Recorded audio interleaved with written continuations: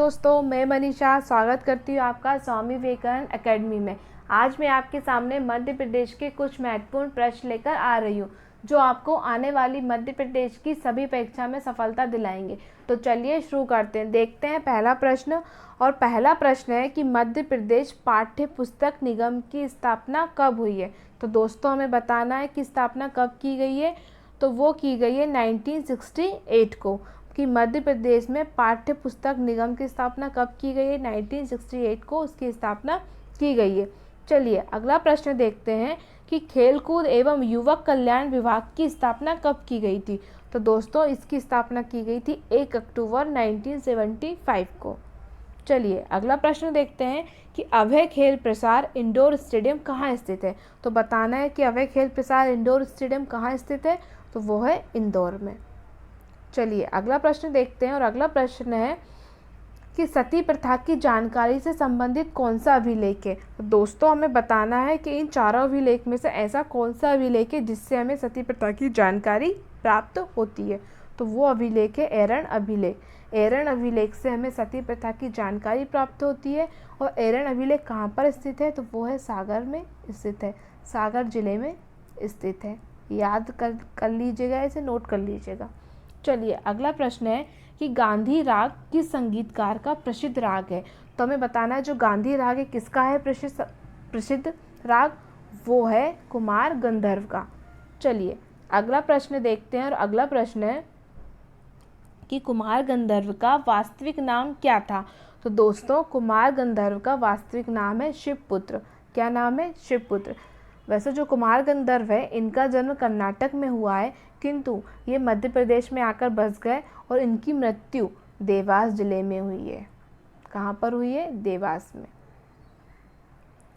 चलिए अगले प्रश्न की तरफ बढ़ते हैं। और अगला प्रश्न है कि मध्य प्रदेश के किस जिले में ब्रज भाषा बोली जाती है। तो दोस्तों मध्य प्रदेश के भिंड में ब्रज भाषा बोली जाती है। कहाँ बोली जाती है। भिंड में ब्रज भाषा बोली जाती है। चलिए अगला प्रश्न देखते हैं कि बघेलखंड का पारंपरिक लोक नाट्य कौन सा है। तो वो है छाहुर। कौन सा है। छाहुर।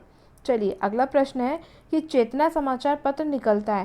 तो दोस्तों हमें बताना है कि जो चेतना समाचार पत्र है वो कहाँ से प्रकाशित होता है। तो वो होता है रतलाम से। चलिए अगला प्रश्न देखते हैं कि कर्तव्य समाचार पत्र निकलता है। तो ये भी बताना है हमें कि कर्तव्य समाचार पत्र कहाँ से प्रकाशित किया जाता है। तो वो किया जाता है दमोह से।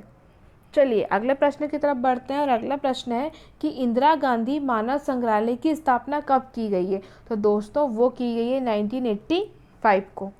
चलिए अगले प्रश्न की तरफ बढ़ते हैं। और अगला प्रश्न है कि निम्नलिखित में से कौन सा पर्यटन स्थान नर्मदा नदी के किनारे स्थित नहीं है।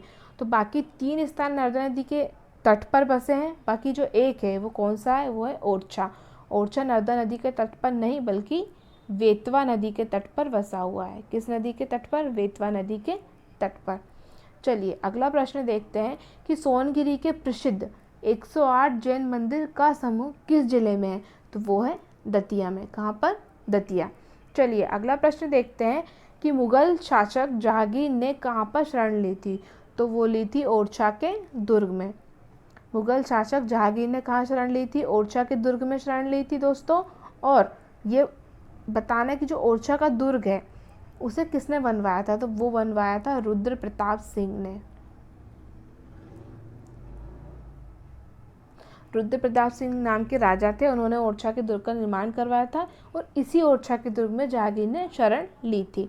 चलिए दोस्तों अगला क्वेश्चन देखते हैं कि गिन्नौरगढ़ का किला किसने बनवाया था। तो दोस्तों वो बनवाया था बदन शाह ने। किसने बनवाया था।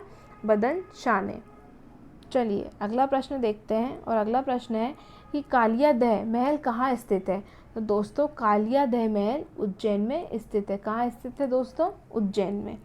चलिए अगला प्रश्न क्या है।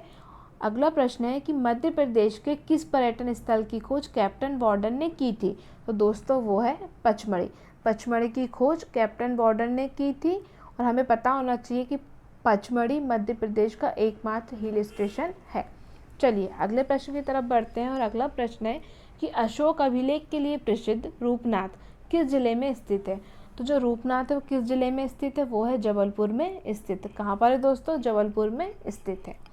चलिए अगले प्रश्न की तरफ बढ़ते हैं। और अगला प्रश्न है कि धार के किले में स्थित देवी कालका मंदिर का निर्माण किसने करवाया था? तो दोस्तों वो करवाया था परमार नरेश कुंज ने।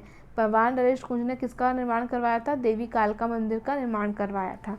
चलिए, इस वीडियो का अंतिम प्रश्न है कि धार के किले में किसका जन्म हुआ था या किसका जन्म स्थान है? तो धार के किले में हुआ था पेशवा बाजीराव का जन्म। किसका जन्म हुआ था दोस्तों? पेशवा बाजीराव का जन्म। तो फ्रेंड्स, अगर आपको हमारा वीडियो अच्छा लगा हो तो प्लीज़ इसे लाइक, शेयर एंड सब्सक्राइब करना ना भूलें और हर लेटेस्ट अपडेट के लिए बेल बटन को दबाना ना भूलें, जिससे कि आपको हमारा वीडियो सबसे पहले मिल सके। Thank you friends.